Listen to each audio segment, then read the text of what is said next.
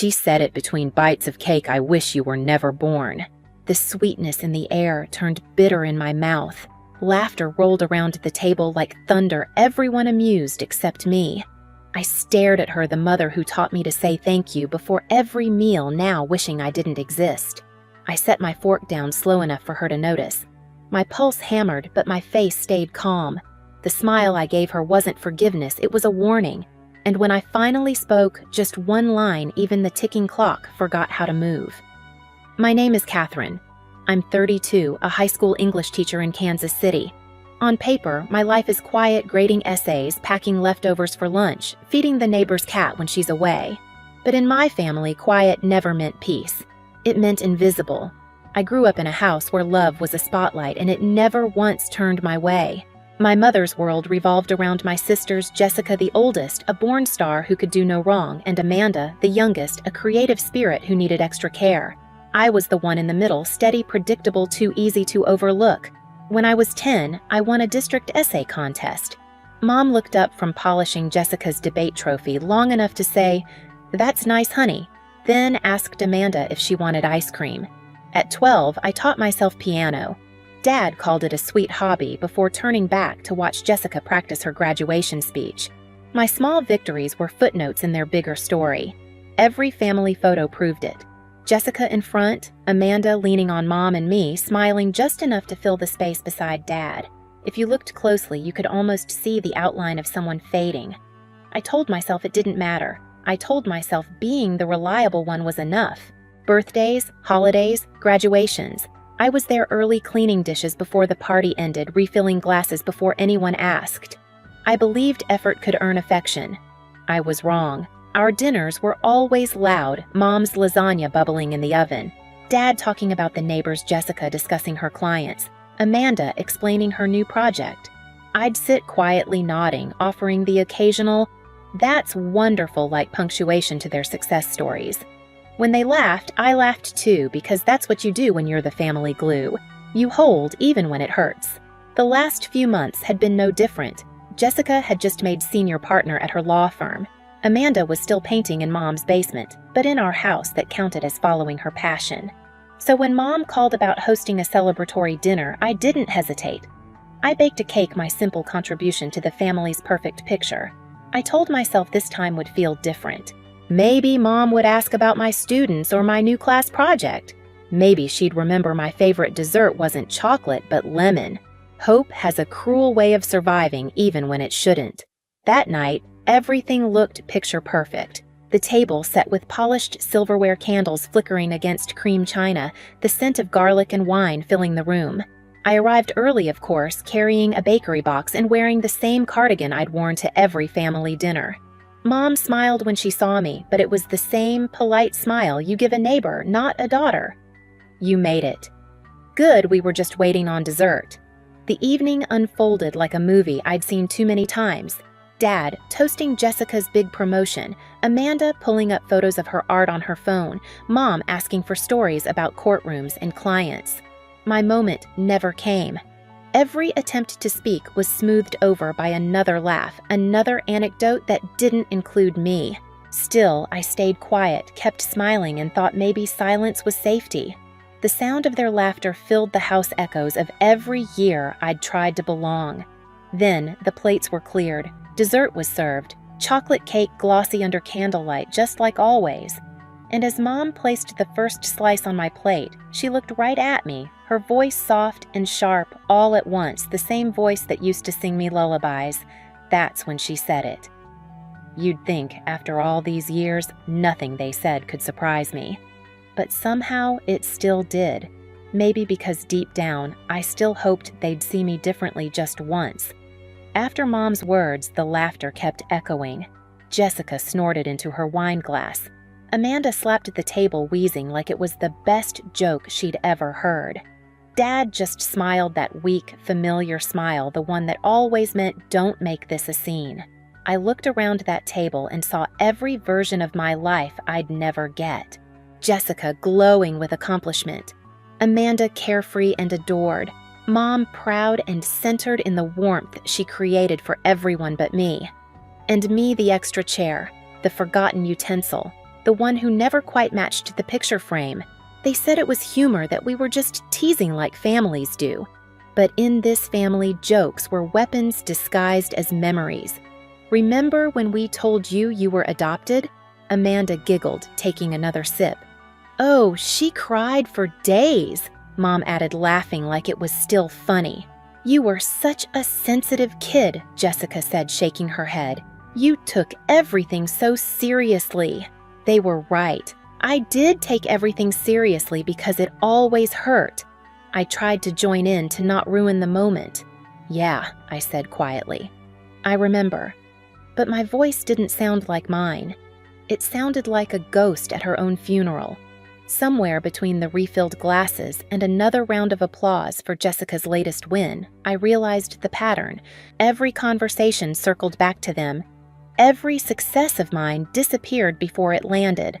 I told them one of my students had just won a national writing award, a kid I'd mentored for months. Mom nodded absently. That's nice, honey. Then she turned to Jessica. Didn't one of your clients get featured in Forbes? The air left my lungs. It wasn't rage, not yet, just that familiar weight of invisibility pressing down. I forced a smile and reached for my water, pretending I didn't notice how my story got lost in theirs. When Amanda mentioned her art again, Mom's eyes lit up. You've always been so gifted, sweetheart. Your father and I are so proud. Dad raised his glass. To our girls. Plural, but never equal. I sat there, the third name in a toast that didn't include me. I was done pretending it didn't sting. As the night went on, the walls seemed to close in. The flicker of the candles, the scrape of silverware, all of it felt louder, heavier. Their laughter blurred into static. I thought about all the times I'd swallowed words to keep the peace, how I'd mistaken silence for strength. And then for the first time, I asked myself a question I'd never dared to before. If I stopped showing up, would they even notice? The thought didn't come with bitterness. It came with clarity, like a window cracking open in a room that had been locked for too long. Mom reached for my hand, still laughing from some joke Amanda made. You know we love you, right, sweetheart? Her fingers were warm. Mine were cold. I didn't answer, because love shouldn't need reminding and belonging shouldn't feel like an obligation. The chocolate cake waited in the center of the table, untouched by me. And for the first time in my life, I realized I wasn't hungry anymore. The room was still glowing with warmth when it happened. Lasagna gone wine, half empty, the smell of sugar and burnt wax floating through the air.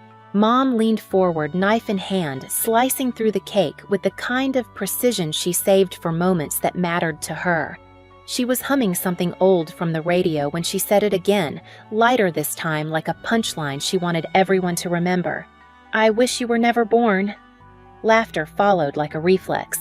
Forks clinked. Jessica covered her mouth. Amanda's shoulders shook. It wasn't shock, it was amusement. I stared at the slice in front of me. Perfect layers, clean edges, glossy icing. The kind of dessert you're supposed to savor. But the sweetness turned metallic on my tongue. My hand tightened around the fork. My chest felt too small for the air I was breathing. I heard my father's voice faintly through the ringing in my ears. Come on, it's just a joke. A joke. That word had followed me my whole life. Every dismissal, every laugh at my expense had worn the same label. Just a joke. I looked at Mom, her lips pressed together in satisfaction, the room basking in her approval. I wondered if she even realized what she'd said, or if she did and just didn't care. My vision tunneled. The edges of the room softened, the center sharpened her face, the smile, the cake. I could feel my pulse in my fingers. The air buzzed around me like an electrical hum. Then something inside me stopped resisting. I placed my fork down, slowly, deliberately. The small metallic tap sounded louder than laughter. It was the kind of sound that ends conversations. For a heartbeat, no one noticed. Then Amanda looked up, smirking. Oh, come on, Kath, don't tell me you're offended. You know Mom doesn't mean it. Jessica chimed in. Yeah, you're so sensitive sometimes. Dad chuckled weakly. My heart was racing, but my voice didn't shake. You're right, I said quietly. She doesn't mean it. I smiled. calm, controlled. That smile scared them more than shouting ever could. Mom blinked, the laughter dying at the edge of her lips. "Well, that's good. I wouldn't want you to take it the wrong way." "I didn't," I said. My tone was steady, almost gentle. I just finally heard it the way it was always meant. The silence spread fast, like a fuse lit under glass. I leaned back, watching her expression shift. For years, I'd waited for her to see me. And now, for the first time, she actually did, but not the version she expected. My pulse slowed. Everything inside me went quiet. I stood, picked up my bag from the chair. The leather strap felt firm in my hand, grounding me. I looked at them, my mother, my sisters, my father, and realized I didn't hate them. I just didn't belong here anymore. "I think I'm done for tonight," I said softly. No one spoke. No one stopped me.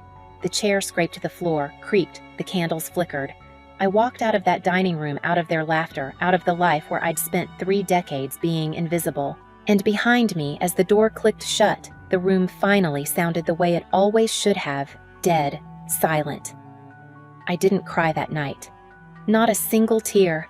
I went home, kicked off my shoes, and sat on the edge of my bed, staring at the stillness of my apartment. The same walls that once felt small suddenly felt like freedom. No voices, no laughter that cut like glass, no need to shrink myself to fit inside their comfort. I remember the clock ticking. 10:43 p.m. That's when I made the promise. I wasn't going to fight for a seat at their table anymore. I was going to build my own. I opened my laptop, hands still trembling. New tab, Teaching Jobs Seattle. The idea came like oxygen, far enough away that Mom couldn't just drop by, but close enough that it still felt like the same sky. I filled out 3 applications that night. By morning, I'd sent 10. Every click was a door closing behind me. Days turned into weeks. Calls started coming in first from recruiters, then from my family. Mom's voice on voicemail.